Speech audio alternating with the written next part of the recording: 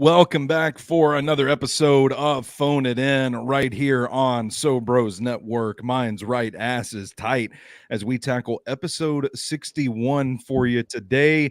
It's your boy back in the driver's seat, the EIC at So Bros Network, host of Phone It In, big natural Stoney Keeley.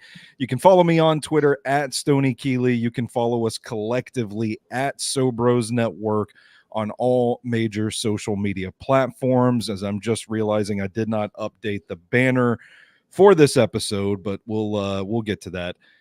Joined as usual by the star of the show herself, the cryptid queen, Rooster. Rooster, how are you doing today? I'm excited. I'm good. This is a pretty big episode. Yeah. And we're like back-to-back really big episodes right now because there's a lot you could dig into with this topic. Today we are going to be talking about a man that you have called Russia's greatest love machine. Well, Rasputin. Those are lyrics. So yeah, from a song. He wrote a song? I'm not calling. No, I'm not calling him that. Oh my God. That wasn't in the show agenda. No. I thought Bert Kreischer was the Russian love machine. Haven't you heard that Boney M song? Who? It's like an old, Euro dance song. Like some Germans did it. I don't listen to a lot of Euro dance. Oh no, it's all over the place though. Like I think there's a remix. Yeah, I don't know. You've never heard that song? Oh wow. No. Okay. That's lyrics from a song. So he's not Russia's greatest love machine. I mean, I don't think so. He could be. Maybe he is. Yeah. I don't know. There's a lot of really weird stuff surrounding Rasputin, as is often the case with legendary figures. The legend kind of takes on a life of its own. This is someone that has been likened to the devil himself in human form. Some people, I saw a conspiracy theory out there that he's an alien that just took human form to have some fun, pull some pranks on some people. And as we'll learn, he might have actually just been an early victim of CTE. So, but we'll get into it. What was it about this one? Kind of came out of left field because you and I usually sit and we talk about a handful of topics. We're like, oh, I'd like to do a show on this one day, like to do a show on that one day. When we get into, okay, what's the next show going to be 2 weeks from tonight? What are we going to be talking about? There's a lot of stuff that pops up that it rarely surprises me because it's usually stuff that we've talked about before This one, it's a big topic, but Mhm. it kind of caught me off guard. I'm like, oh shit, yeah, that would be a great episode, but we haven't really talked about that before. So where did the inspiration for this episode come from? He's back on my list from a really long time ago, and I feel like we've maybe talked about it. Have I never mentioned it to you? I don't think so. Okay. I mean, it is one of those topics because I mean, like I said, I was telling you before we went live, I've got like a ton of books on conspiracy theories and weird history and shit like that. And Rasputin comes up in like every single book. So it's like it's a topic that has been on the back of my mind for quite some time. I just don't remember us actually sitting down and hashing it out. No, I What guess drew not. you to the story? Um, What is it that you he's find particularly interesting enough to talk about? well, I think it was more there's a lot of mystery around him in general, obviously. Big legend. And Big legend.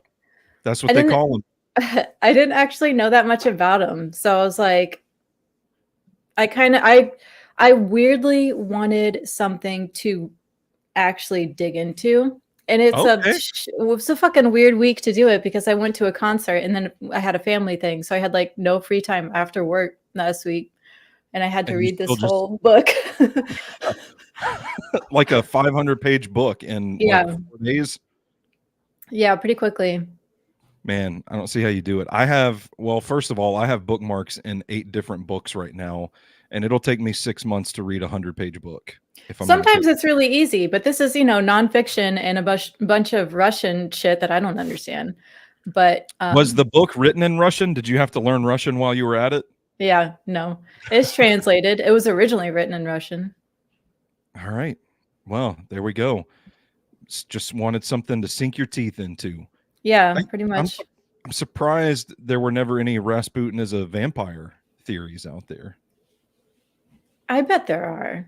I bet there are. Probably. He doesn't really. I mean, do you think he looks like a vampire? I'm Kind thinking of. werewolf. Oh, I'm thinking werewolf. It's the beard and the hair. okay. I don't think a werewolf, but maybe vampire. Okay. I mean, especially with the whole like we can't kill him Yeah, that's thing. that's pretty cool. Like that's if people are going to talk shit about me behind my back and try to kill me, I like the idea of the fear of fuck, we cannot kill this dude. How do we do it? That would make me feel pretty cool. I would feel pretty tough about that. Why And do if you want people killing you though? Wouldn't you be well, no, worried then that people are trying to kill you? I said if people were trying to kill me, like Okay. at least if At people least are trying okay, to at the kill me, various, yeah. it's because they feel threatened by my prowess as a lover, and they're afraid that they can't kill me. Yeah. Which I love. Well, never mind. I'm going to spoil the episode if we start Yeah. getting into it. So We can't. let's take it from the top then. Why don't Okay. you start with your introduction for people viewing? And by the way, if you are watching live on YouTube, Facebook, or Twitter, get in the comments section. Let us know you're here. If you want to chime in on a particular topic, let us know. We'll get through the comments as best as we can, as we always do. But Rooster, let's get to it. Your introduction for those viewing who might not be too familiar with Rasputin. Um, Grigori Rasputin was a Russian mystic and faith healer born as a peasant on January 10th, 1869. I'm taking that date from the book that I read, which I think might be different than what's actually in Wikipedia because people aren't even really sure when he was born. But I'm going to go with the book. Which is another like interesting facet of these legendary figures. It's like there's uncertainty about when he was actually born. Is it because he's a mystic faith healer, or is it because he's a peasant and they probably didn't have very good records back then? Yes, that one. Yeah, spoiling the fun already. He is best known for having befriended the imperial family of Nicholas II, the last emperor of Russia, through whom he gained considerable influence in the final years of the Russian Empire. So, can we just take a moment to appreciate that sentence for a second? Born as a peasant, befriended the imperial family of Yeah. Nicholas II, the last emperor of Russia. So I know like there's this whole thing where he kind of like gets in and wins the influence of these people, but also at the same time the peasants kind of viewed him as like one of their own, as like their champion. but it just kind of like, how do you just like stumble into that? You're born a peasant, and I know he goes on his travels, his like pilgrimages or whatever, and eventually they find him. But this has got to be like one in a million peasant life, where you go from born a peasant, to suddenly you're in the ear of the last emperor of Russia. Is this a success story? I would say yes. I would say yes. Yeah, why not? He had a hell of a life for sure. Also, I meant to ask you before we started all this, are we going to get assassinated by Russia for going live with this topic? So are we going to get in trouble? No, because I think the book that I've read is by a Russian historian, and I feel like if he couldn't say the things that he said, it wouldn't exist, you know? Yeah. Like if he put out this information, I feel comfortable saying it, but that also means I'm not entirely sure how much I trust certain vibes. His research is super good, because all this comes from the Rasputin File, which is a book by Edvard Radzinsky. There you go. And he tracked down this internal affairs like investigation. So there's tons of quotes from people close to Rasputin. It's controversial, the pronunciation. Not well, just the figure himself. I got so tired of writing it that I just started calling him Raspy. So I might just start that right now.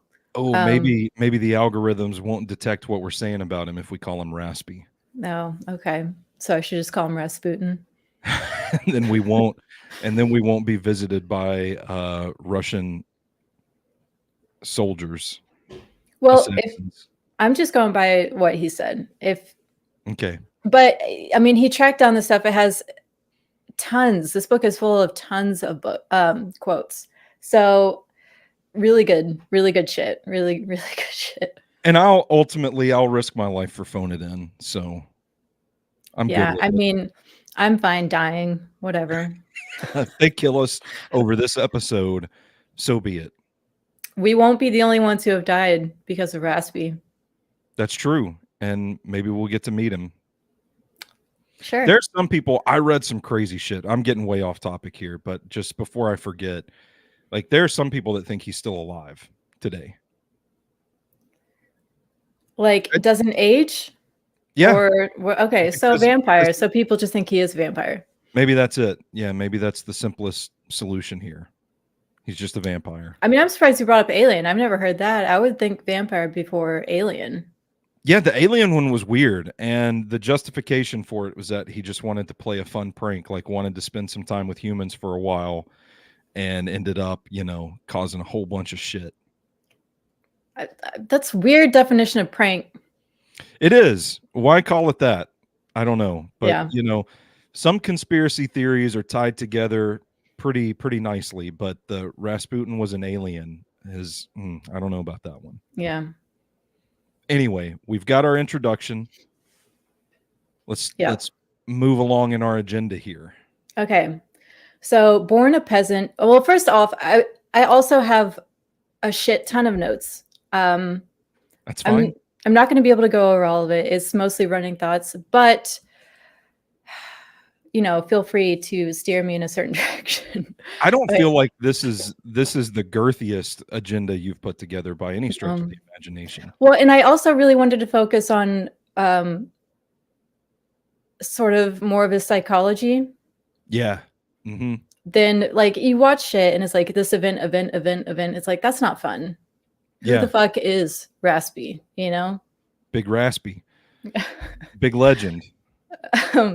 Okay, so born a peasant in the Siberian village of Pokrovsk, he was described as a tender, dreamy kid. Dreamy. Yeah, dreamy. Not like, man, that's a hot, dreamy dude. More like, oh, that's what I pictured. No. More like head in the clouds kind of shit. Okay, gotcha. Spacey. Mm-hmm. You say dreamy, I'm thinking like I don't know. What's the guy who they call from Grey's Anatomy that was a big thing for a while? Oh, McDreamy. McDreamy. I don't know his actual name, but yeah. He grew into a young man who was constantly drunk, got into violent fistfights, liked to fuck, and stole. Okay, so Um, pretty unsavory character, but we're off to a good start. Generally, he seemed unsatisfied with being a peasant. He didn't want to work the fields. I don't know. It seemed like he wasn't interested in the boring life of a peasant. Yeah, I mean, listen, I don't know if this is going to be controversial, but I'm kind of on his side with that. Yeah, I'm already totally with him 100%. That kind of sucks. Yeah. During one particular beating where a man hit him with a rake so hard I thought I'd killed him. That's where it started. But then Raspi started to like stir, and so the guy that he was stealing from started punching him in the face a few more times. So, like, these fights are violent. Like, he's stealing a fence or something. I don't know. He's always trying to get more money for booze. Yeah. And this guy thinks he kills him. He realizes he did not, so he just started punching him more. That's crazy. Mm-hmm. That's wild. So after that beating, he turned kind of strange and stupid. Okay. So yeah. That'll do it. Yeah. Yeah, I mean, I don't know why. I just think of the football player Antonio Brown. I'm not sure if you're familiar with who he is, but a rash of violent tackles that like gave him multiple concussions, and now he acts all weird like a completely different person. And my brain just immediately goes to CTE. Like Rasputin had CTE and it gave him superpowers. Like what a shitty origin story for a superhero, for a supervillain. Like, how did you get your powers? Oh, I fell into a vat of toxic waste. Or no, a guy hit me really fucking hard in the head with a rake, and then when he realized I was still alive, he punched me in the face several times, and now I am a mystic. He brushes his hair like in the middle and sort of forward because he has like this lump on his From head. a rake? I don't know. It's never brought up why he just has this large bump on his head.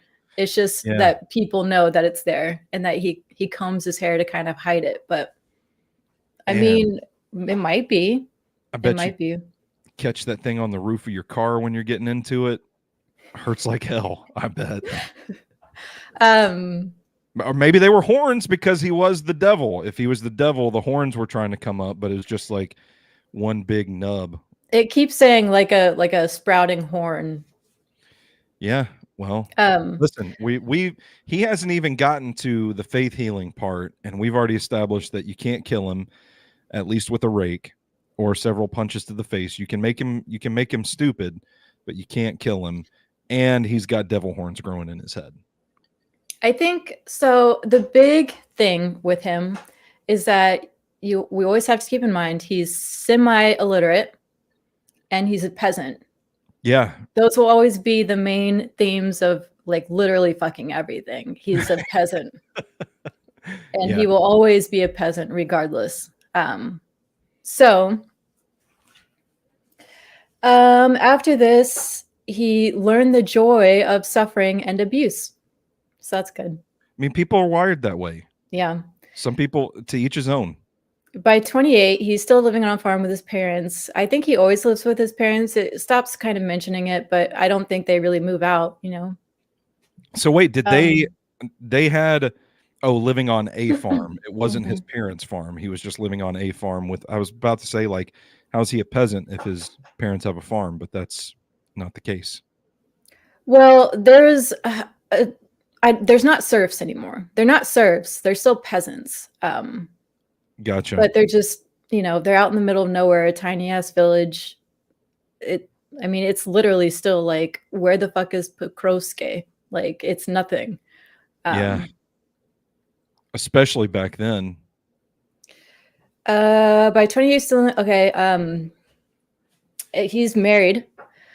He has 3 kids. He's married What? and he has 3 kids. Yeah, it's just we're zooming right along. But he's turned to Christ and he's often visiting holy places. So he'd often go on long pilgrimages. Oh my God, I don't like Pilgrimages. saying plural of that.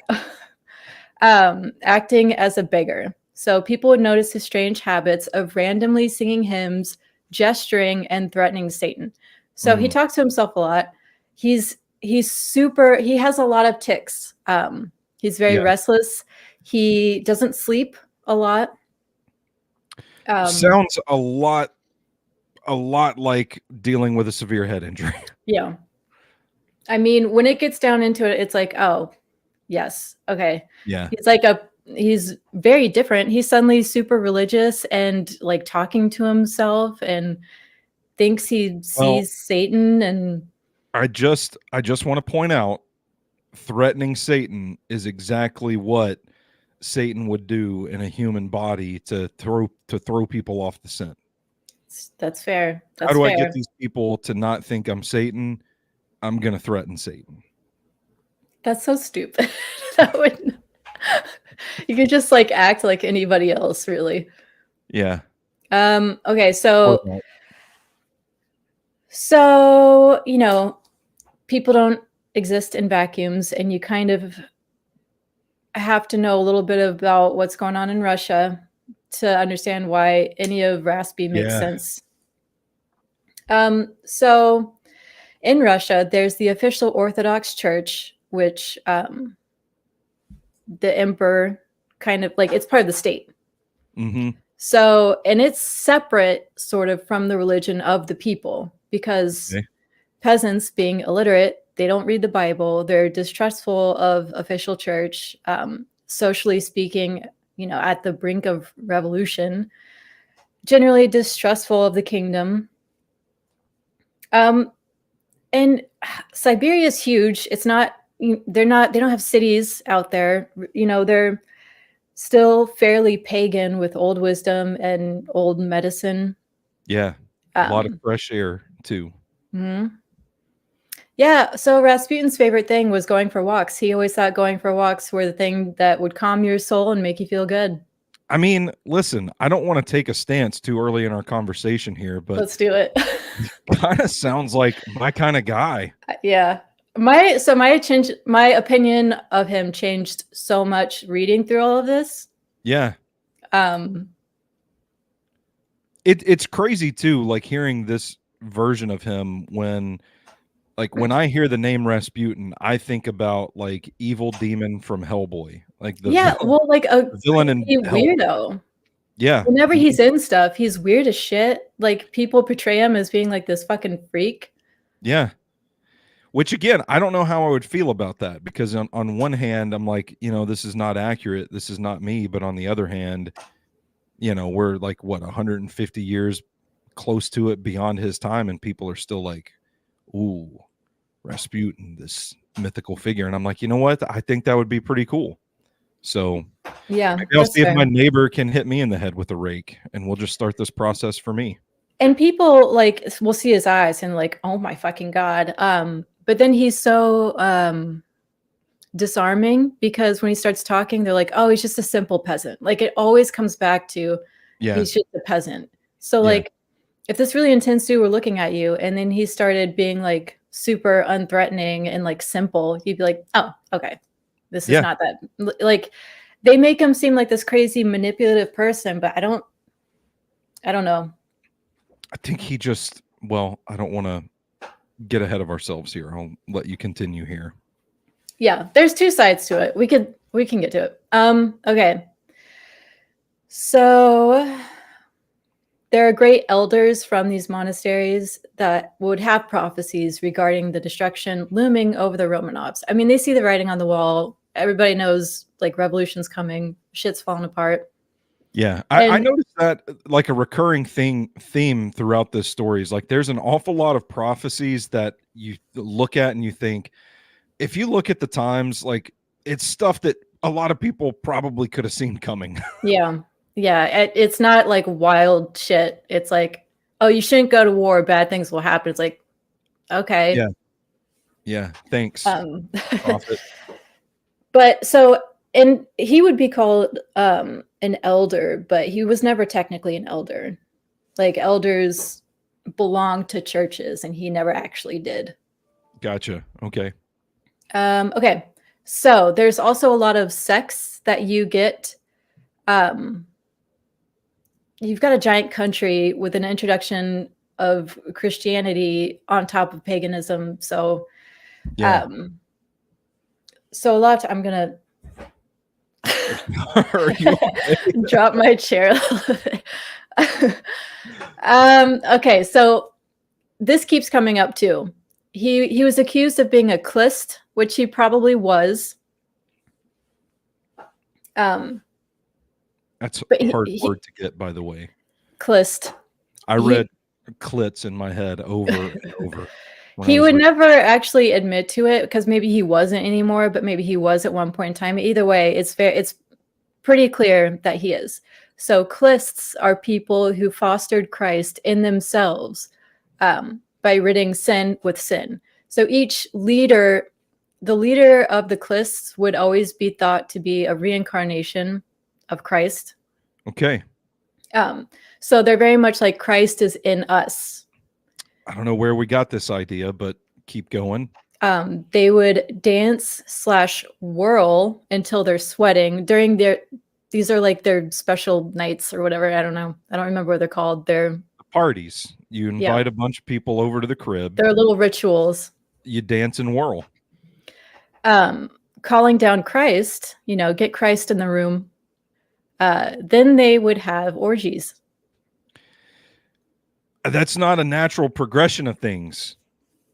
I don't get what we're doing here. I mean, it gets really complicated. It gets so complicated, and we can pick it apart because it'll come up.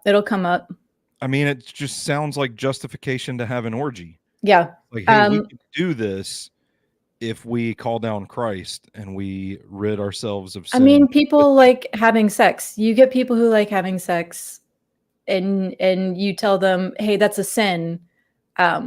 But they don't really know why. They don't want to read your shitty book. They don't really believe you. Yeah. So they're like, you know what, we'll figure it out ourselves. Although they did see that like maybe even having sex outside of this ritual was not what you were supposed to do. Like you have sex because it's sinful, but then you're like repenting. So there's a code to it. Yeah. So whatever child, what? I don't know about all this. Okay. It's very complicated and kind of weird to understand. So whatever child was born from these nights would be of Christ/Christ's mother. Like they would either be of Christ or they would be of Christ's mother. So naturally, these sects were driven into secret corners, kept together by wandering messengers, which Raspi may have been. So he was always with female followers called little ladies, which people thought was weird. I'm kind of with the people on that one. I don't know. Little ladies. Don't mind me and my little ladies. Yeah, I don't. They were never really that little either, so I don't really know. Was that a branded term? Like, did he own that? Like, that was a thing? He had so many nicknames. He called people like the guy who kills him. He called Little One. Little One. Oh my God! No wonder the guy killed him. Well, yeah. It fits though. That fits. That nickname's not wrong. Okay, so by 1903, he arrived at St. Petersburg to solicit money for building of a church in Pokrovsk. He ended up staying with some theologian who was friends with the Grand Duchess, living in Petersburg. Blah blah blah. That's where all the kids are at those days, huh? St. Petersburg. Yeah. Very close friends with the Tsarina, and that's how he made the original introduction. The original introduction to who? That's to Raspi and the Tsarina, Alexandra. Alexandra, okay. Mm-hmm. Yeah. And Nicholas II. Mm-hmm. Okay, so a bit about them because it's very relevant. So Tsar Nicholas was very melancholy and meek. He's Man, a soft boy. He's yeah. I no, you know what? I like him. Reading Well, this, I was like, this is my kind of guy. I'm not saying I don't like him but I read that and like you wrote in the agenda, Nicholas was very melancholy and meek, and I'm like, damn, that dude's in a position of power. Like, Yep. I bet he's sure, like maybe he's interesting to talk to, and he sounds like he's a pretty nice enough guy, but like, absolutely, if I read that sentence and I'm like, oh yeah, if anybody's going to be wrapped up in the charm of Rasputin, oh Raspy, big Well, legend. and the fall of an empire. And Yeah. yeah, it's gonna be this guy. Like, who put him at the desk? Wwho gave him the His nuclear codes? parents. His parents. Oh, touche. This is why this shit doesn't work. um Fair enough. Now he's married to Alexandra and he loves Alexandra very much. It's very cute. But That's awesome. Alexandra Good for is them. very high strung. But she is the one with the iron will. She says something and he's like, okay. Gotcha. They're also kind of into mystic shit. I mean, she more so probably. He's probably just like, yeah, whatever, dear. Sounds kind of cool though. Yeah. That you can have some fun conversations. They wanted to connect with common people. They wanted to find magic and wisdom with elders. They wanted someone to pray for them to have a boy because they kept having girls. In a time when courtiers and intellectuals were becoming more atheistic, it was seen as weird. You know, you've got your Stalin, Lenin coming up, you know? Yeah, sure. On the come up. So they basically seek out people exactly like Raspy. They actually had they had a mystic healer dude close to them before all of this, who essentially said, I will come back to you again in a different form. And then he died. And then they meet Raspy. See, this dude, I don't know if they had the lottery back then. Yeah. But Raspy should have stocked up on lottery tickets because there are so many like freak explanations for these coincidences that it's just amazing. Like I read through his story and it's just like time after time again. It's kind of, this is going to sound crazy, but it's kind of easy to see how people started believing him to be superhuman. Yeah. I mean, I don't knock it. Good. Like, why not? Who cares? Like, I mean, maybe this shit gets weird. Maybe he was. Yeah. Maybe he's a vampire. So they wanted, they learn of this. So, okay. They learn of this dead elder. They canonize him, name him their family patron, and hang out by his old monastery, bathing in the springs, etc. Then they finally have a baby boy. So they're like, okay, this is definitely our patron. Hell yeah. And this patron of theirs was a wanderer who also surrounded himself with virgins and did a lot of refining of the nerves, which is what we'll get to later. I don't know what that means. So he is also very much like Raspy. So they are like perfect spot for him to just come into their lives. And when they meet him, they're like, oh, fuck yeah. This is our guy. Gotcha. They're set. Okay. So he moved in with a family close to the court. This is a new family he moves in with, Loktina and her general husband, who they know all the gossip. So he learned that the Tsar and Tsarina's boy, Alexei, was sick with hemophilia. Yep. I don't remember what exactly is hemophilia, but it's something to do. Go ahead. Sorry. So that's where your blood doesn't clot. That's right. Okay. Yeah. And he had it very severely. Like he would just have internal bleeds. Yeah. He couldn't, like, if he got hit at all or anything, it might like nearly fucking kill him. Like it was very bad. Damn. Tough scene. And the mom carries it and she knows that it comes from her line. So she's like racked with guilt because she knows that she's the reason why their son is so sick. Yeah. So once he gained a private audience with the Tsar and Tsarina, like he brought some religious icon to say like, oh, let's come look at this. He asked to see the boy that he miraculously knew was sick, which he just knew through gossip. And Yeah.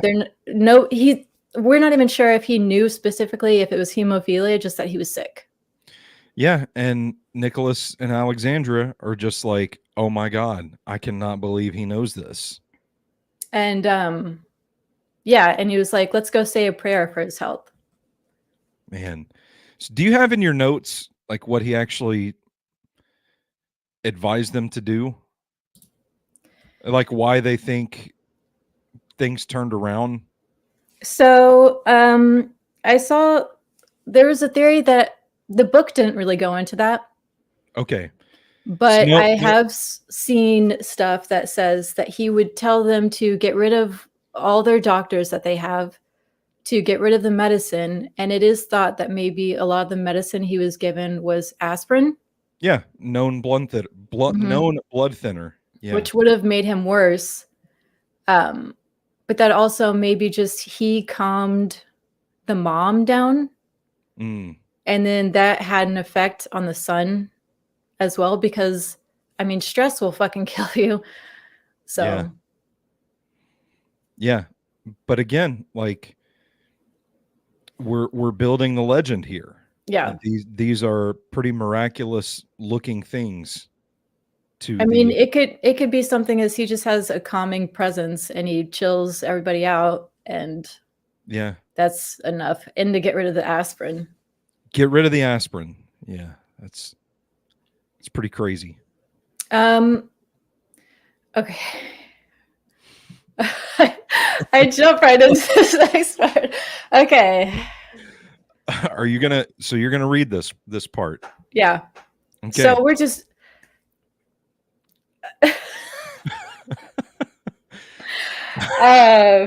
Okay.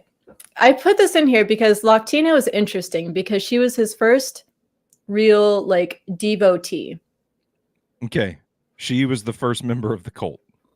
And she started out being, you know, a lady of the court. She's super fashionable and rich and high society. Yeah. This wasn't like a peasant class. No. Right. And by the end of it, she does become a peasant. She lives in a monastery. She just begs for alms. She's lost everything. She ends up a peasant. So this is like the opposite luck of Raspy. This is like, okay, this is a cult. This is a cult. Yeah. Okay. So okay, this is a quote. Hang on a second. Hide your kids if they're listening. This is a quote from, I think it was supposed to be, I don't even remember, a secretary or something. Anyway. Okay, quoted.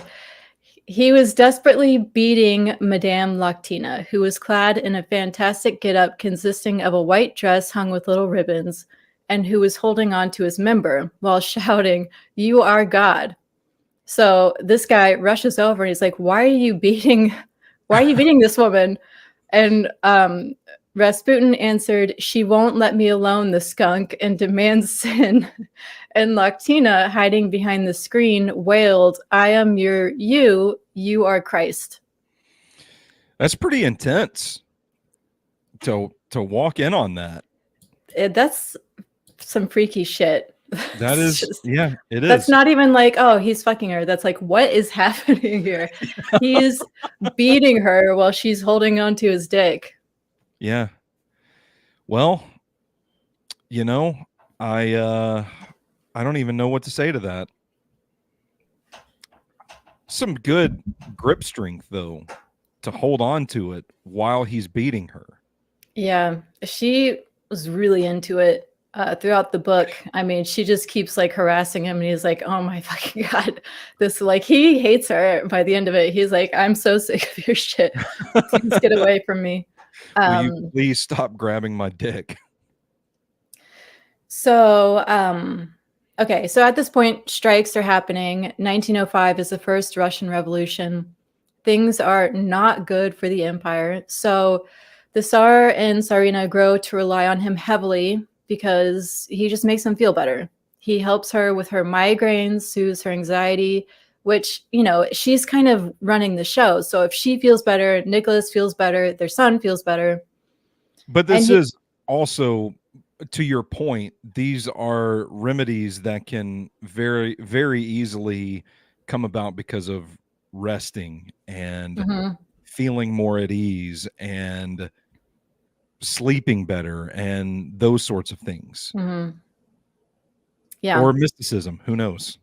And well, he has a quote that says, "As long as I am alive, the dynasty shall live," which made her feel better because she was like, "Oh, and you're alive."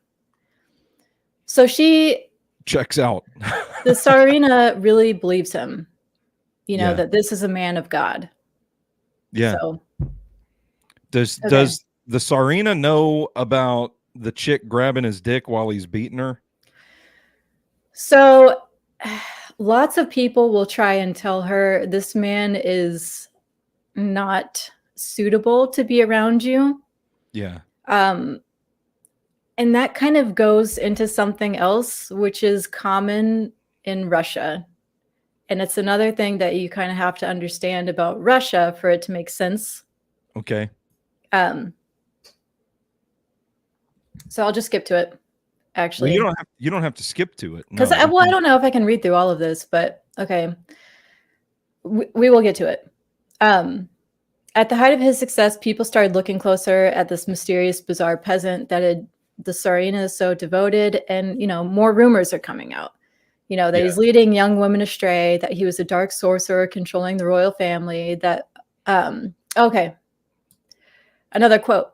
The society misses undoubtedly were puffed up with pride, and in order to deflate it, it was necessary to humiliate them by forcing them to go to the bathhouse with a dirty peasant. So we've got a dirty peasant. And we've got a Clist investigation. So an investigation opens up to make sure he's, you know, like not a Clist member.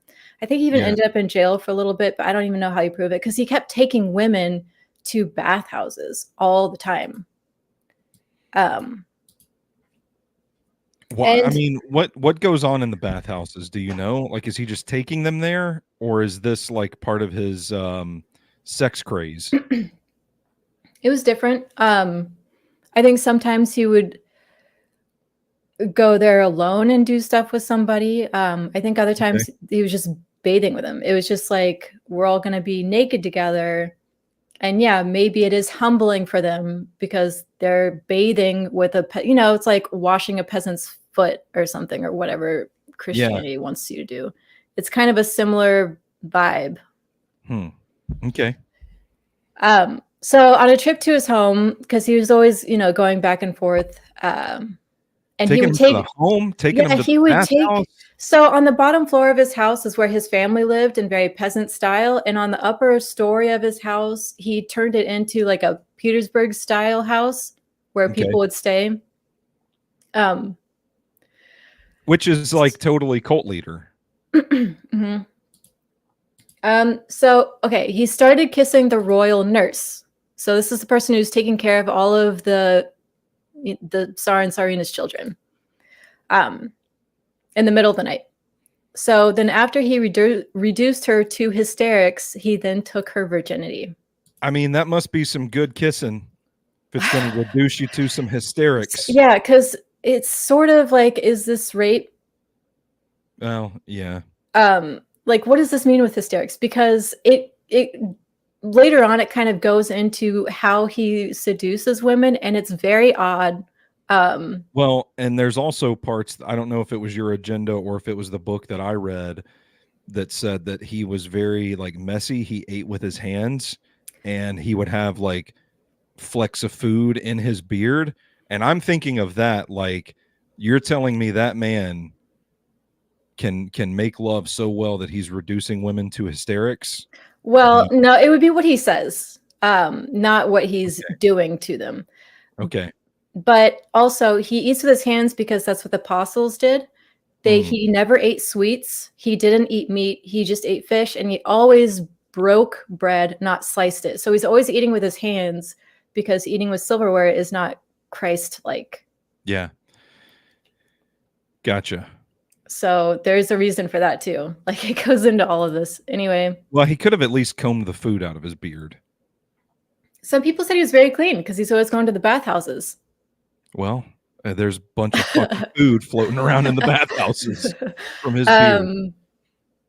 So, okay, the nurse told the empress, but the empress didn't believe her and said everything Rasputin does is holy. She then dismissed the nurse from her duties. She didn't kick her out, but she dismissed her from her duties. She had been the royal nurse for over 10 years. So this is sexual assault, and she didn't believe her.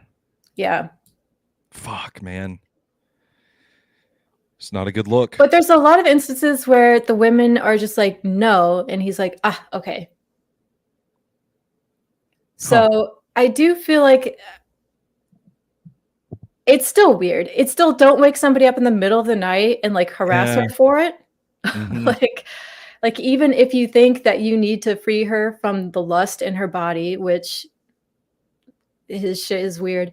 I mean, that is still harassment, but yeah. Okay, by 1910, press started a campaign against Raspy, accusing him of improper sexual relations. How did the press, like, are they just watching all of this happen unfold in front of them and like connecting the dots? He's not subtle at all. Like, he is never walking around outside without a woman. Yeah. So the prime minister / minister of internal affairs wanted to ban Raspy from the capital and threatened to persecute him as a sectarian. So Raspy went on pilgrimage to Jerusalem. They're just like, get out of here, let it die down, whatever. So while he was gone, this guy was assassinated. So now people who might not have been paying attention to him before definitely were, because they're like, did he have something to do with this? Yeah, for sure. So this was kind of his watershed moment where maybe people weren't really paying attention, like, oh, I was just a pervert, whatever. And now it's like, who is this guy? Yeah, this is a player. So the royal family started meeting him in private because maybe it was risky for Alexandra to see him, and she always took his side. And throughout everything, if people came forward saying, you need to get rid of Rasputin, she would punish them. Damn, not even disagree with them. She'd just be like, no, that is not enough. You will be punished. She would try to convince the Tsar or whatever she could do to like demote them from their positions or whatever. Man. That's a good friend to have if you're Raspy. Yeah. But I mean, think about it. Yeah, you've got a peasant with this much power over her.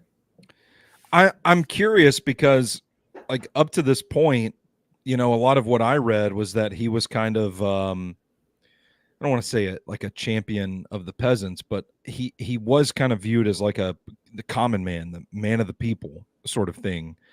I'm curious what the peasants thought when we get to this point, because I know, like you wrote the note in there, everyone hated him except for his followers. Mm-hmm. But what about the casual peasant, that wasn't his follower, but might have rallied around him? Like, did the opinions of those people start to change at this time too? So the book didn't go into a whole lot of opinions because we probably can't even get a lot of their opinions. Yeah, but I do know that after I wasn't asking you. I was just just curious about it, like what you thought about it. Well, after he died, a lot of people did see it as like, oh, the aristocracy can get away with fucking up the peasants again. Like, it comes down to, again, like, it's just a rich guy killing a peasant. So nobody really cared. Yeah. Because he was like, the Tsarina never actually paid him. she would give him gifts, but she didn't even pay him. She kept him from doing work on his farm and wanted him by her side all the time, but she just did not pay him.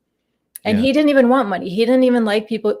I mean, he would travel all the time living as poor as possible. So it's not like he was out. That's what makes me, I don't know. I get so weird about the whole cult leader thing because I guess he has power, but he doesn't have money until the end. But by then he goes through another change. So he's not really the same person anymore by then either. How much this might derail us, at the risk of derailing us here, how much of his legend, the aura around him, and all of the stories and the almost like folk tales that have spiraled out of his story, how much of that do you think can be attributed to the fact that he is just a peasant that kind of rose to this status? And there's a lot of stuff, I don't know about you, but a lot of the stuff that I've read about him like very much projects an attitude of, well, he can't possibly have just fallen into favor with these people because he was exactly what they were looking for and they just struck up a friendship. Like there is definitely something supernatural because this just doesn't happen. How much do you think of that's at play when we talk about the legend he would go on to become? Yeah, no, probably. That's a good point because they'd be like, oh, he's a satanic puppet master because they just don't understand that he was actually exactly what they needed and what they were looking for. Yeah. It's kind of weird. Kind of weird to think about. That's a good point. A bishop and monk attacked Raspi, accused him of sleeping with the Tsarina. The Tsar was so pissed he exiled them from the capital, but they both refused to leave. So you get hints of like, this is an uprising. Yeah, we're not that scared of you anymore. Like it's kind of interesting. Like this kind of feels like maybe the turning point for him where before he may have just been seen as a pervert, but now like people are looking at him like, oh, he's evil. Yeah, he's a real problem. And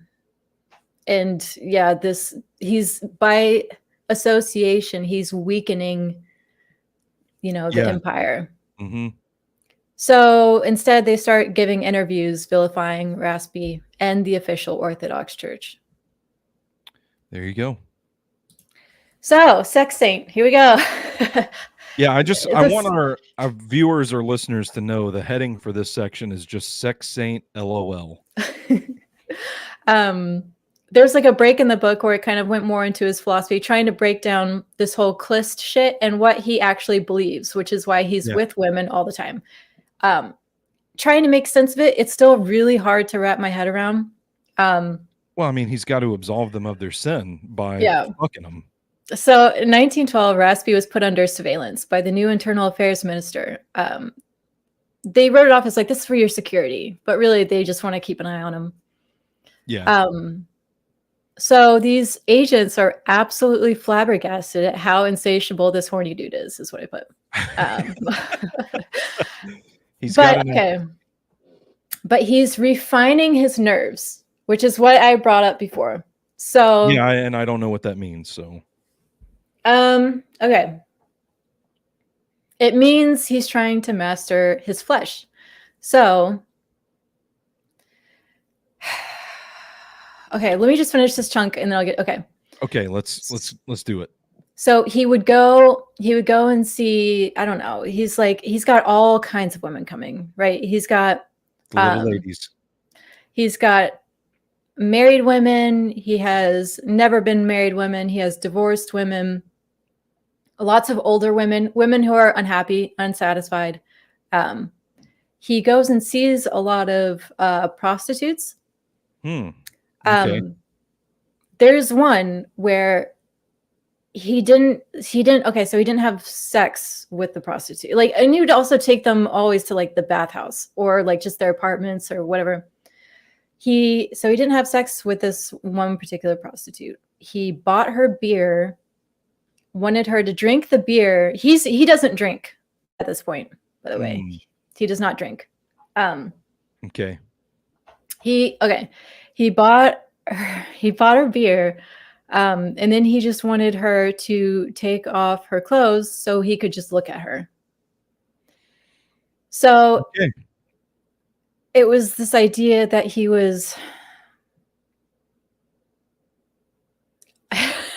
It's so hard to wrap my fucking head around. So, okay. And I don't even know what I wrote down, so I don't know if I'll get to it or not. I don't know. Okay. He would see women and he would immediately suss out that they were unhappy or that they had lust in them. And he would try to rid them of sin by doing the sin. He would take that demon from them into himself. And then he would go and he would tempt himself, but not do anything to like calm the demon. So it was all about this sin and then repent bullshit. I don't know. I mean, listen, sometimes you just got to get it out and you feel better, you know? Mm-hmm. That's honestly kind of what he said. At one point, he always like, he touches women's tits, like just immediately. He starts grabbing at their tits. And he said to one woman, he was like, no, we'll just do it. You won't even ever think about it again. It'll be done, but you'll feel better because it'll be over. And you don't even have to acknowledge that it happened. And she's just like, no. And he's like, oh, okay, then pray with me. And then he starts like praying like crazy. And he was like, what's your name again? Man. And then so he just keeps saying like his name and then her name. And then it's done. So it's quite the system. Quite the system. I can see how if you've got some pent up dissatisfaction and you feel like it's consuming you at this time, it probably does feel like a demon on your shoulders. And then if you can get it out of your system, I can understand how it feels like the demon is gone. So why people believe these things. I think ultimately he's an uneducated peasant. Yeah. Who has a sex addiction. Yeah. And he's trying to wrap that up into how deeply religious he is. Yeah. Because he was. It wasn't bullshit. He was very religious until really the end, maybe. Kind of like I think he was trying, yes. Justifying like I have this thing for a reason. Yes. Even his wife never got jealous. And when asked about it, she was like, well, we all have our crosses to bear and this is his. You know, so essentially saying like he's doing a good thing for people. They didn't know at the time sex addiction was a thing. Probably not. I would guess probably not. I mean, I feel like sex addiction as an addiction is like a mental health issue. Yes. Has only like within my lifetime become a thing. That's I didn't true. hear the That's term true. That's fair. Sex addiction until I was probably in my 20s. I'm not a sex addict. That's not why I heard it. I mean, I just heard it no, like, in mainstream media, that sort of thing. So, okay. Yeah, the quote, now he could sense sin in a woman at once, and she was given no quarter. He went after her, and the more sinful her thoughts, the more she stimulated him to take sin into himself to rid himself of the demon. And this next quote is from Lactina, who said, people make it a sin, but he, by that self-same sin, only sanctified you and brought down upon you the grace of God. So it's almost like it wasn't even that sexual because he was so Christ-like. Listen. That you're having sex with a saint. You're having sex with a saint. So it's not bad. He had Lactina down bad. Oh God, so bad. Lactina was down bad for this man. She ruined her whole fucking life for that dude. Damn. And he didn't even like her. Damn. Oh my gosh. Well, he started hating women after he had sex with them, as as What you could demon is that? probably imagine. I mean, What demon is that? being a dude who fucks around. Yeah, fair enough. Okay, so the reason why people kind of accepted this, including the Tsarina, is another Russian thing. It's another Russian thing. But the Tsarina knows about all of this, like the bathhouses and the apartments and the. She hears about it. I don't know how much she truly knows, because something about Raspy is that above all, he loves love. He thinks he loves, he calls them Mama and Papa, the Tsar and Tsarina. He would not touch their marriage because he knew that they actually loved each other. Okay. So like that's why if you turn him down, he's like, oh, okay. Like one was like, oh, I've got a husband. He's like, oh, I'm so sorry. If you ever think about leaving him, come to me first, please. Could he not get the husband involved? I think this book honestly kind of said like this idea of his went sort of above gender. So there was a possibility for that. Yeah. I'm just trying to solve that problem for him. So in Russia, there's a thing called holy fools / foolishness for Christ. So it refers to behaviors such as giving up all on one's worldly possessions upon joining an ascetic order or religious life, or deliberately flouting society's conventions to serve a religious purpose, particularly of Christianity. The term fool connotes... I haven't heard that one before. What is perceived as feeble-mindedness, and holy refers to innocence in the eyes of God. So it was like... It honestly seemed to come down to maybe mentally ill homeless people, and they're like, oh, these are holy fools. Yeah. Like you're doing shit you shouldn't do to be as humble as you possibly can. Like you're almost taking the abuse of people and doing crazy shit because that makes you, you know, more humble. Sure.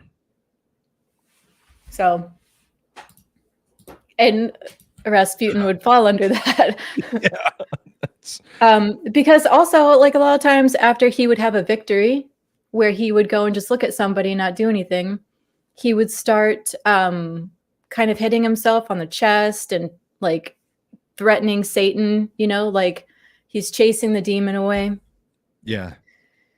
I just So wonder how he felt about all that. Like after one of these spells, like how's he feeling? I know. Does he feel like he's doing good? Yeah. Like does he truly believe this? That's the big missing puzzle piece in all this. Because it does start to make sense. He's just reconciling his addiction with how religious he is. Mm-hmm.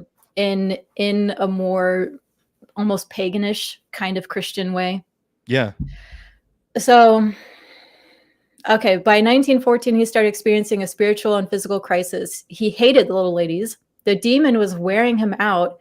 He blamed them for giving him too much of this demon in him. Like, oh my God, these slutty women that just show up and I just start like pawing at their titties. A cat doing it. It sounded so crazy. So many women, they like meet him. They like these women are kissing his hands, whatever, and he just immediately like because he can't stop touching people. He just touches people, and he's like fucking. He just grabs their tits, and they're just like, oh my God. And he's like, oh please, please, you'll have to come back and see me later. And it's like, I'm okay. Yeah. Yeah, I'm good. This has been enough for me. So, okay, he thought he was losing his powers. He stopped taking hypnotism classes. That's a thing? Hypnotism classes? My God. Well, yeah, I guess because he was taking them. I'd take some hypnotism classes. Well, you could take them now. They exist now. I'm going to Google it. He stopped showing up to heal children as much. Like he kind of dropped his healing powers, and he started drinking. So yeah, he starts taking money from his devotees since he's not getting paid by the Tsarina, and he needs to buy alcohol. So he's getting really sad. He starts to get really sad. This is quintessential sad boy shit. Yeah. Do I keep reading through all this? We're already over now. I did not mean to really do this. No, we're gonna keep going. This is good stuff. Okay. I mean, we've had episodes go 2 hours before. Yeah. How do we feel about Raspy right now? I'm not gonna lie. I feel like he probably is somebody that could have used somebody to put their arm around him and like keep him in check a little bit. But I also kind of feel like he's just a byproduct of a lot of things that people didn't understand at the time. Yeah, I feel so bad for him. And he got hit in the head with a fucking rake. I feel so bad. Yeah. Like again, the head injury kind of feels like a seminal moment in this whole thing. Yeah. I don't know. Would you sleep with him? If he came up pawing on you? If he came up pawing on my titties. I don't think so. No. But what if, I mean, he might be like, what if he is as super magnetic as the reputation? He takes me to the bathhouse. I've always wanted to go to a bathhouse. That does sound fun. Yeah. Get me in there and start, motorboating my tits. There was maybe one guy did go at least one at one point, went to the bathhouse. He wanted to see what was happening. Okay. And it was just regular bathhouse. But he also, so there's quotes on his body, on Raspy's body.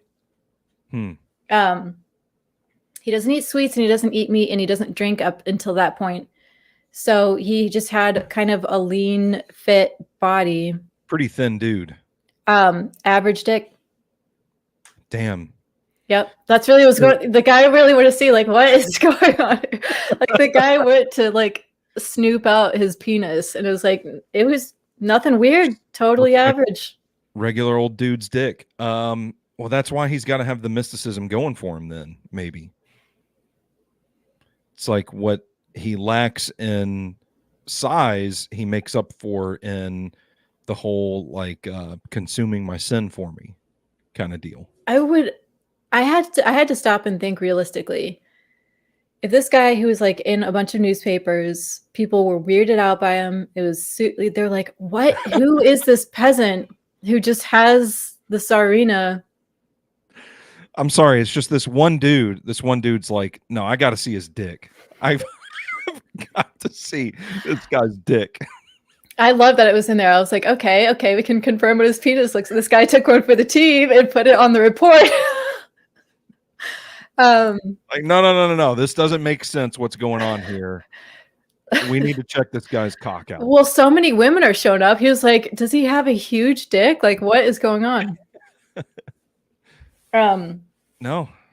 But if this super mystic like peasant who has the Tsarina basically wrapped around his finger, if you met him and he suddenly came up to you and like looked at you with those fucking creepy ass eyes and just started touching on you, I would be like, what is happening?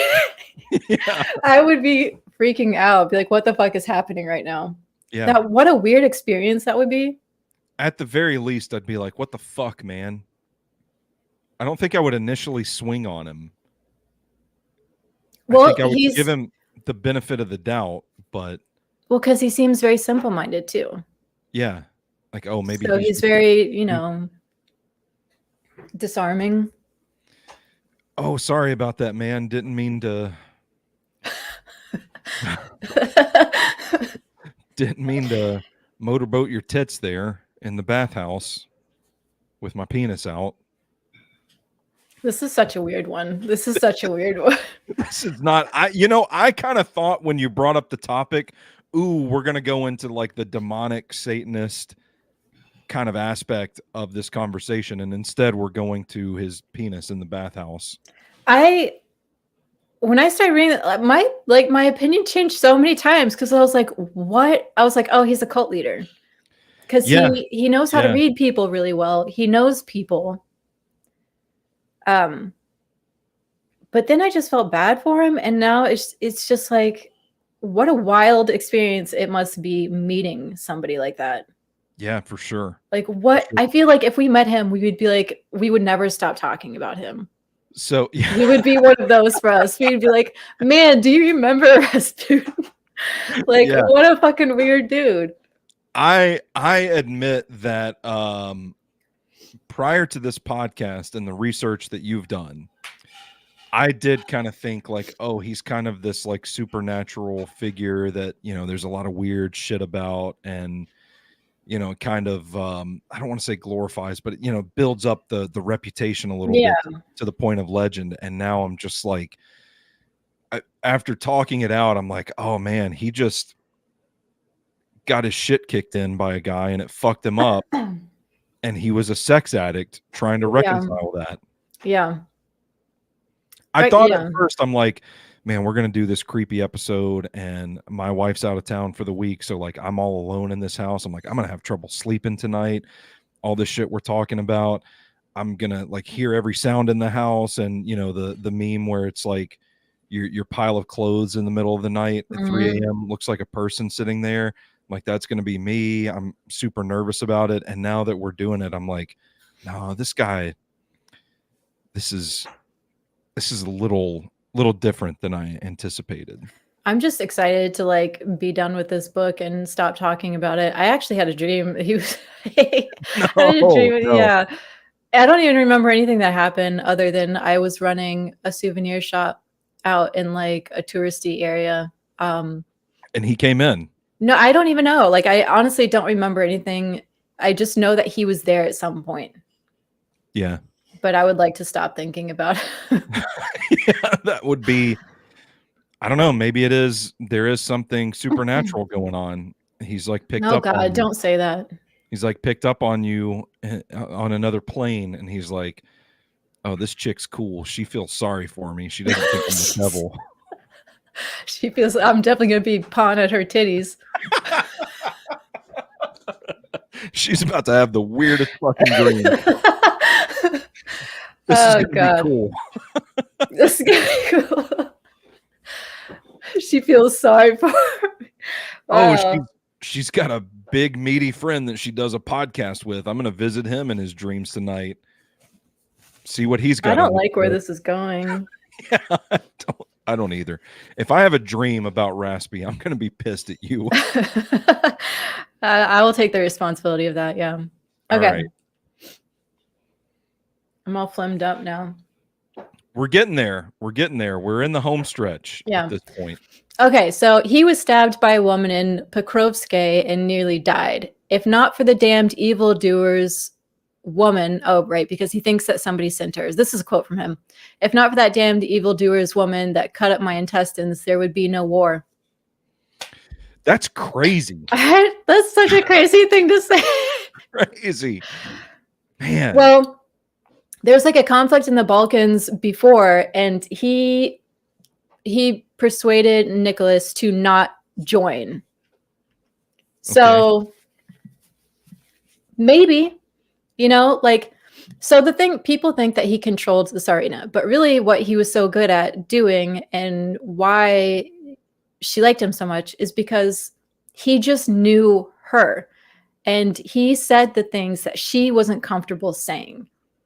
So she doesn't ever want to go to war. She's also German. So she doesn't want, yeah.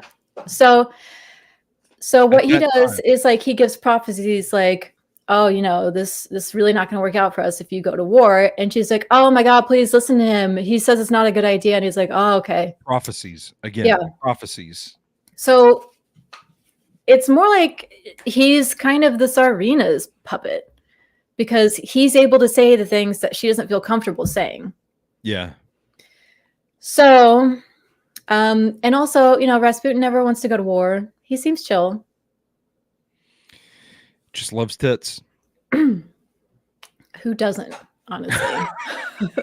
So, Raspy works as a Tsarina's alter ego. Yeah, she's German. People start to think that she's a spy because she like gets a letter after a while from like her cousin or something, and she gives the letter to Nicholas, and then I think they pass it along just for like, look, see, nothing is here. But even after that, people are like, oh, you're telling them secrets. You're telling them, yeah, because we're in World War I right now. That's what's happening. Yeah. So that's what we've caught up. Yeah. What a weird time for this all to be happening. It literally said like something about the sinking of the Titanic was the only thing that pushed Raspy from the headlines for like a little bit. See, now, which is crazy. Sorry, I just got so flimmy. It's crazy to think about. You start looking at all these coincidences, and there is a part of me that's like, I don't know, maybe this guy was some weird, maybe he was like from another dimension or some alien or something like that. It's just weird. The whole this timeline is so weird that this man got caught up in all this. So much was happening back then. There's so much happening. Yeah. But Tsar Nicholas actually loves war because he's a Romanov and he was raised to be a military man. Mm-hmm. So he really likes the idea of playing soldier. So eventually what happens is they depose the current commander-in-chief of the Imperial Army, who is popular. But he did not like Rasputin because most people don't. Yeah. Especially dudes. I mean, he's out there fucking people's wives and stuff, and like, who is this guy? And he's a peasant. Yeah. He has these high like class ladies kissing his hands. Yeah. I mean, listen, I'll cut the man a break. If a peasant was fucking my wife, I probably wouldn't like him very much either. Yeah. So, and Tsar Nicholas becomes new commander-in-chief. So he's away running the war. And while he's gone, the Tsarina can now control basically everything at home, along with Rasputin. And they basically just run the empire together while Nicholas is away, which makes everything so much worse. Because now you don't even have like a real Romanov sitting there right now. Yeah.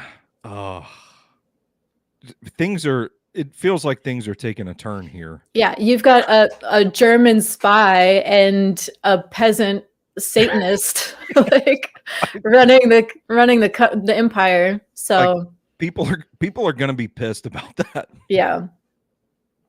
They do a whole court coup and replace like officials with one of them. So anybody who's on team Alexandra and Raspy are one of us in her letters. So they're just like, draining the swamp.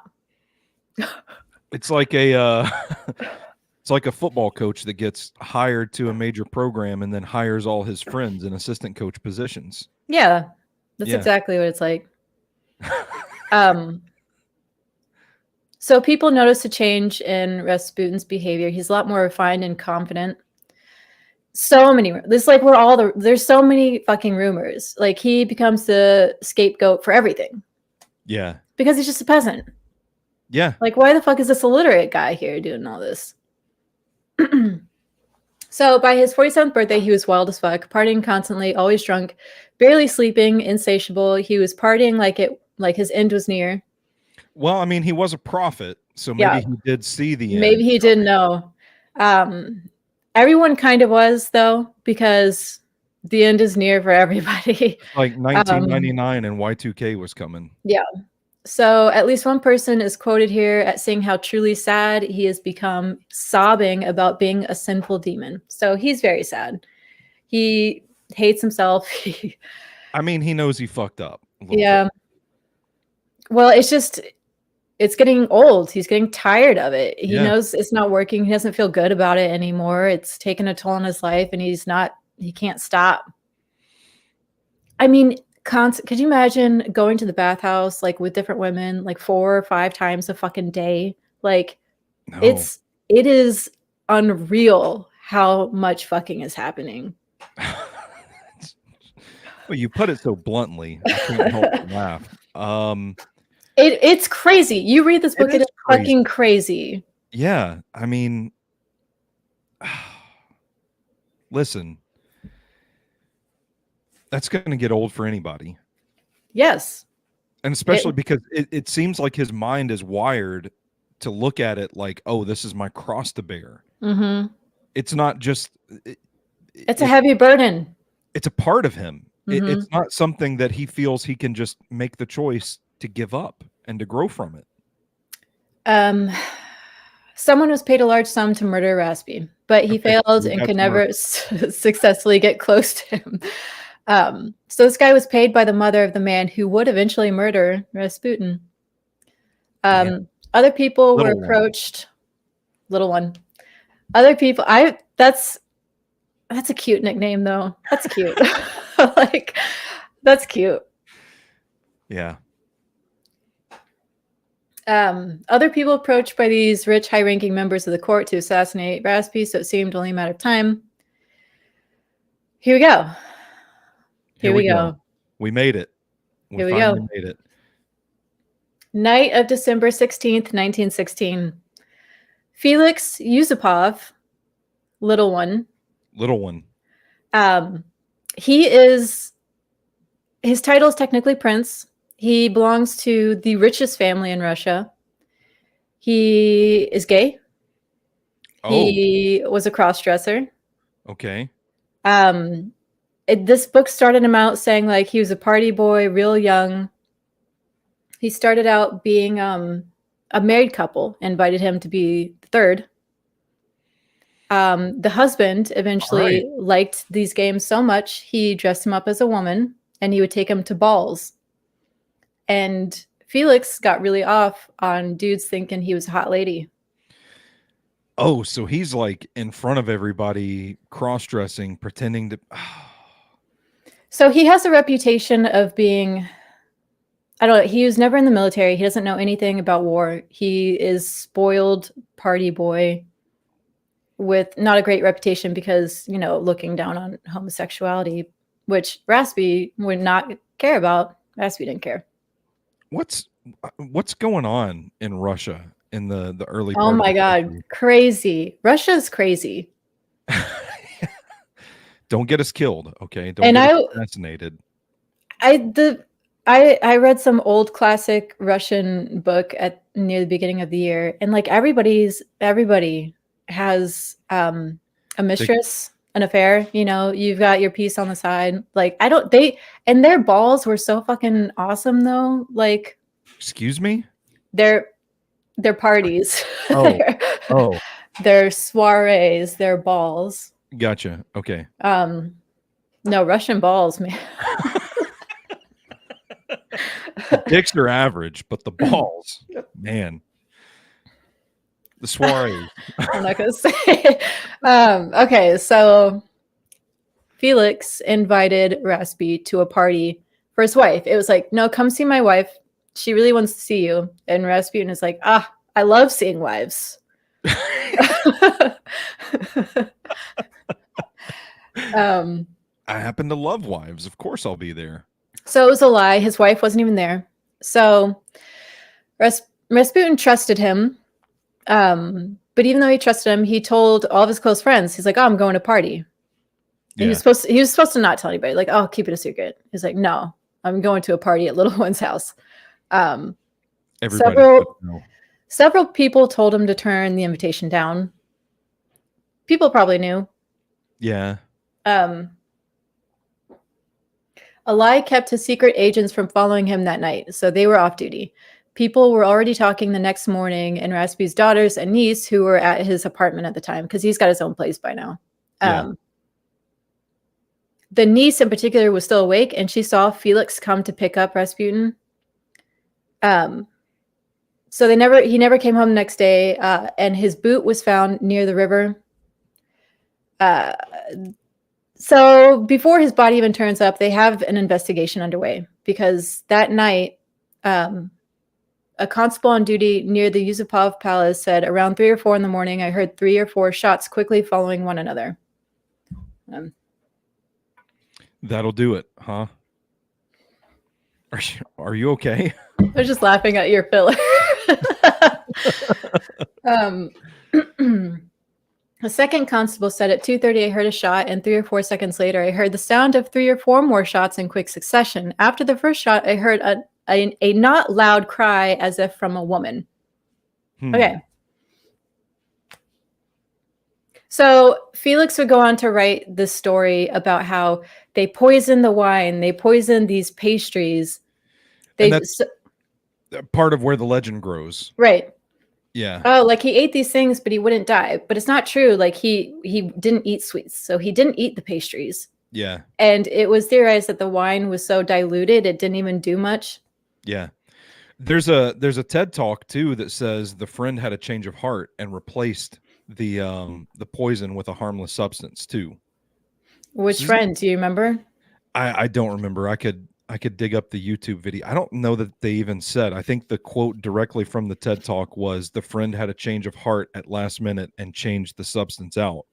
There's also a theory that because he ate so much fish salad that the garlic, he ate so much garlic and had so much garlic in his system that the sulfur compounds in the garlic actually negated the raw cyanide that they tried to poison him with. So his body essentially fought off the poison. Again, there's so much smoke and mirrors surrounding. I don't think any of that's necessary. Like, that doesn't even have to be true. It could just be diluted. It's weak as hell. And he's not eating the pastries. It was thought that maybe Felix felt bad and didn't want to kill him. Because there's a quote like, I looked at this dude who trusted me and treated me like a friend. And I mean, that's a pretty shitty thing to do. He's a spoiled party boy. Yeah. He probably doesn't actually want to fucking kill anybody. Yeah. But his friend, who he really liked, Dmitri, would have way more reason to kill Rasputin. Dmitri was supposed to marry like Nicholas's sister, but Rasputin started a rumor like, oh, he sleeps with so many. Like, Dmitri is also bi, and because he was bi, Rasputin said something about him maybe having syphilis. Like, oh, wash your hands after you touch him. Wash your hands after you touch his penis. And like, it just put a bad reputation out there for Dmitri, who was a Romanov. Yeah. Well, no, was he a Romanov? No, Dmitri was as close as you could get to maybe being a replacement for Tsar Nicholas. Like, it was very important that Dmitri not be there that night, even though he was. But that he not get in trouble for the murder, even though nobody fucking cared. Yeah, I was about to say, like, doesn't the whole fucking country want this guy dead? Right. So the point where, like, the woman he was gonna marry, Olga, the Romanov, whatever, she was like, oh, Rasputin is dead. It must have been Dmitri who killed him. Like, that's how much it would make more sense for the friend to have done it. Yeah. So on December 19th, Rasputin's body surfaced in the river. Felix and Dmitri started receiving congratulatory telegrams for their patriotic act. Whew. Yeah, you don't have to win the PR war on that one. So, and this is so dumb because everything about that night sounds so stupid if you try and boil down to what people actually know. Yeah. So the book says it probably took 3 different guys shooting to kill him, because Felix, who would fire the first shot after the poison didn't work, and he was like, can I just shoot him? And the guys waiting upstairs are like, yeah, just fucking shoot him. Do it. Yeah. Because he's been down there for like a while pretending a party's going on upstairs. They've got like music and fake, like they're pretending that there's a party and whatever. Committing to the bit. For sure. Felix doesn't like war fighting. He's probably nervous. A terrible shot. He shoots them like in the chest. Yeah. They start celebrating immediately. They go upstairs. They're celebrating for a while. They come back down and realize he's not dead. He's trying to get away. He's trying to crawl up the stairs and get out of the house. And Felix like, oh my God, he's getting away. Somebody shoot him. So the second person to shoot him was some other historian dweeb who can't shoot for shit. So like another guy who can't shoot. They got the wrong crew together. Yeah. And they're outside at this point. Like Rasputin has made it outside. He's going for the gate. And this guy like shoots him in the back. But it's thought that Dmitri was outside in the process of taking home like 2 women that would have been there pretending to be women at this party. But they're now like, you have to get out of the house. You can't see this dead body. You don't want to be here for any of this. Yeah. So it's thought that Dmitri, who was a trained soldier, like an Olympic athlete or something, was the one who actually shot him. Could at least hold a gun. Shot him in the head. Yeah. So, but yeah, it's not fitting for a Grand Duke to be a murderer. So bad luck. It was alleged that his cause of death was drowning, but the autopsy report disappeared in the 1930s. Felix and Dmitri were exiled. And this is a quote from the book. In the end, nothing special had happened. A nobleman had merely shot an insolent peasant. What a wild tale. Yeah. What a wild journey we have gone on in this episode. I'm exhausted. Yeah. Do you need a moment? Are you okay? So the very last thing I have is the guy kind of wrapped up saying it was all kind of symbolic of what happened to Russia in general. Yeah. So Rasputin was the epitome of the Russians' staggering ability to live upright within while enveloped in unceasing sin. So he goes on to just give examples a little bit of, you could be cheating or drunk, but you go and you pray super fucking hard. It's like, that's kind of how it goes with every religion, though. That's what people do. Mm-hmm. Just look at Catholics, Yeah. Fucking Catholics. I'm kidding. Fucking Catholics. I don't even know how to really process everything that we have just discussed. I honestly didn't think I would be reading through all of this. I did not think that. So again, like from everything that I've read leading up to this podcast, I did not think that I would feel as sympathetic towards Rasputin as I do. Having talked it out, I feel like it's one of those cases where you look back on it and you're just like, man, there's so much, like this dude was just fucked up and they didn't know how to handle fucked up people back then. Yeah. And it's also kind of crazy, like to look at all the coincidences along the way that these things happen or that he's a part of, that just seems so fluky that you kind of start to piece together like, okay, I guess I can kind of see how people of the time thought that this dude was literally Satan, an alien, or some kind of mystic sorcerer that just commanded control. There were people that thought he was ruling all of Russia.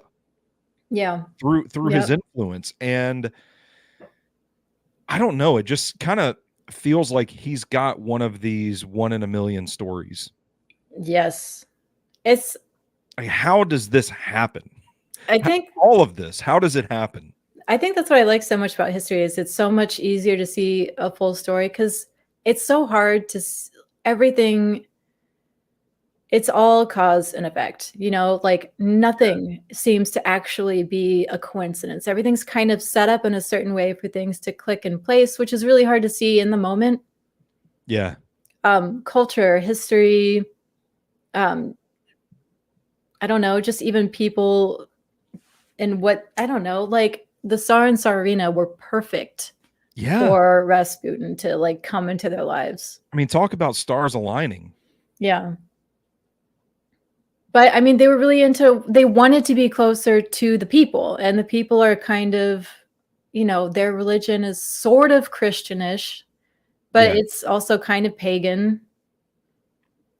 It's also kind of interesting that like the peasant class was kind of like, hell yeah, this is our guy. Look at him. Look at, doing big things, buddy. Represent us. And then it just turns to like, oh, this guy's a demon. I wish I wish we knew more about what his wife thought, because how crazy to be like, what does she think about her husband? Yeah, and something we kind of glazed His over kids. in all this, like, why was the autopsy report just gone? They just So, yeeted it. well, even this file that this guy had to track down, I don't know why like so much was hidden. It's like Well, they like people didn't want. I don't know. I mean, from a political standpoint, if I'm an official, um, maybe you try to quell the story so that it doesn't encourage other similar characters Or coming maybe up, they want the putting mystery. influence. Maybe they want the mystery. It's pretty easy to condemn him in Russia, I Mhm. would imagine. So, in a sense, because they've taken the course of action they have, they've won, so to speak. But I don't know. It's just an interesting part of this. I mean, yeah, maybe it was. I don't know. I don't know that much about Russia. I don't know anything about Russia. This was me trying to learn as much about it as I could within a few days. It's probably best that way. We should probably distance ourselves as much as possible. Yeah. They might be watching this right now. And, if I don't wake up tomorrow, just know it was an honor and a privilege to do this show with you. And you know what's weird is like after all of this, I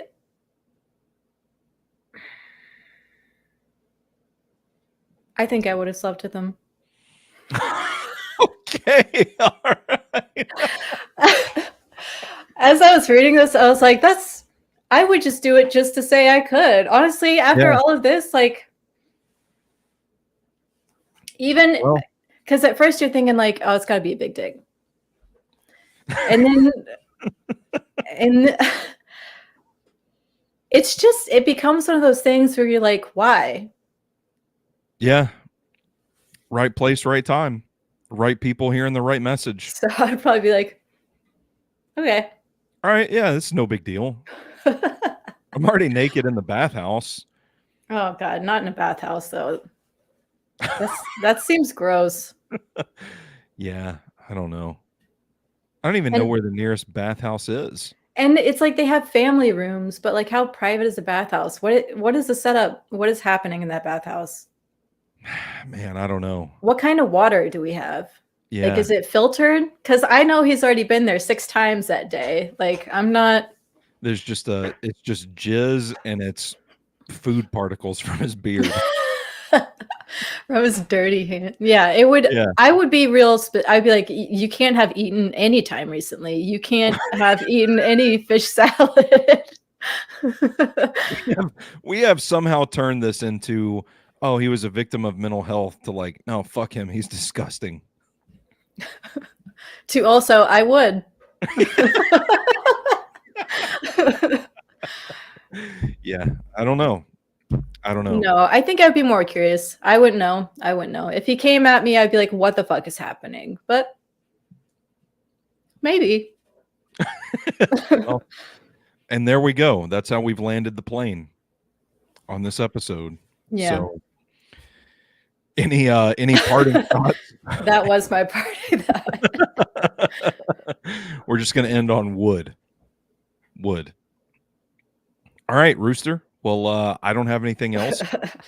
Fantastic work. I certainly Thank you. appreciate you digging into this topic and bringing a depth to it that, you know what, I don't think we've had in quite a while. I don't remember the last time we've gone over an hour and a half. No, I honestly feel a little bit bad about this because I wouldn't want to listen to myself talk about this shit for an hour and a half.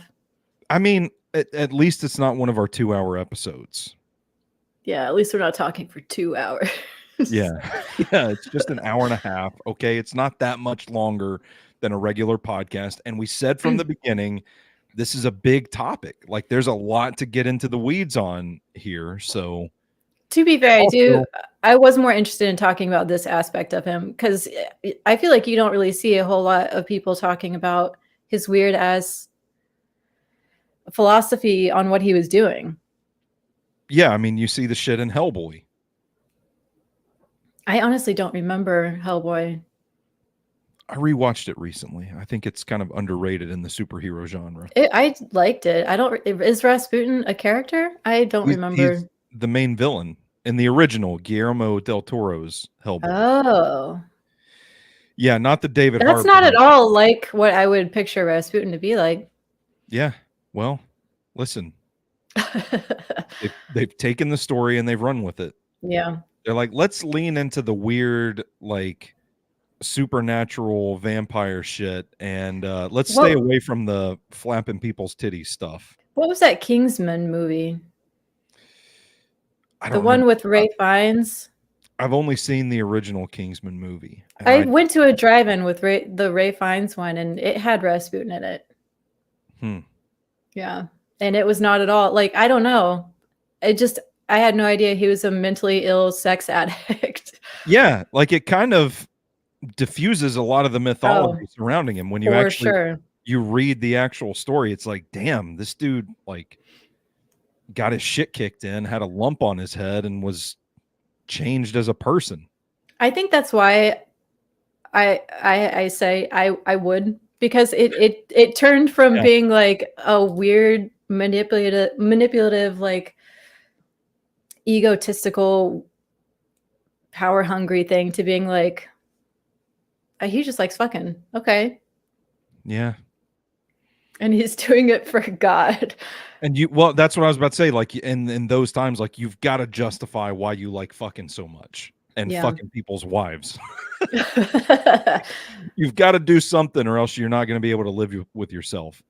And ultimately, we talked about it, like growing tired for him and him starting to drink and kind of hate himself a little bit. Like, yeah, he thought he lost his powers. I mean, like he truly believed in himself too. Yeah, like you look at this through the lens of modern eyes, and it's like, yeah, this is like clearly mental illness. Yeah. But at the time, they probably just didn't really understand it. And there was a lot of mysticism involved. And he just happened to, by pure chance, like fucking stumble into a relationship with the Emperor of Russia. Like, I mean, talk about like right place, right time. I mean, there's just so many. I mean, it sounds like the whole holy fool thing is like how they deal with maybe a lot of mentally ill people. Yeah. Yeah, sure. All right. Well, that's all I got. I'm done. Is that all you got? Yeah. Yeah. Finally got this weight off washing my hands of this shit. All right, Rooster. Well, where can our listeners find you on social media these days? Rooster_Chase on anything, everywhere. There you go. And I'm at Stoney Keeley on Twitter, at Sobros Network on all major social media platforms. Check out all of our work at SobrosNetwork.com. All of the merch is up on SobrosShop.com. Sign up for the Sobros Substack and get premium Sobros content every Saturday morning, in addition to my coverage of the Tennessee Titans and the NFL draft. This sounds so fucking weird. We've talked for an hour and a half about Rasputin, and then people are just like, I'm just imagining like listening to this show for the first time and then being like, wait, what? This dude writes about fucking football? Yeah, football all the time. I don't know. Maybe it makes sense for a lot of people that are listening. I like to imagine all of your followers who are very much there for the football stuff being like, let me check out Phone It In. And then I'm sitting here saying like, I probably would. Yeah, about Rasputin. I don't know. Like, there's a couple of people that I have I've connected with through my work with the Titans that have watched the show and that are just kind of like, this is really weird, but like, this is awesome. You guys kind of rule at this. And I'm like, hey, thank you. Nice. I appreciate that. Yeah. If I can lead people from the football talk to Phone It In, then maybe I can get them on like Tickle Bits and the Consumer Report and the Sobros YouTube channel. This is the gateway drug. It's a gateway drug. Yeah, that's what it is. The whole thing, like my all my football content is just a gateway drug to the rest of my brain, which is a pretty scary place. Nonetheless, stackingtheinbox.com. Check out my coverage of the Tennessee Titans and the NFL draft. And of course, we want you to rate, review, subscribe to Phone It In. The Weird History Podcast. We love it. 61 episodes deep at this point. It's pretty crazy. We'll be back again in 2 weeks. We still don't even know what the topic is for 2 weeks, but we'll be back in 2 weeks. For the Cryptid Queen Rooster, I am Big Natural Stoney Keeley. And until next time, you stay classy out there, phoners. Bye.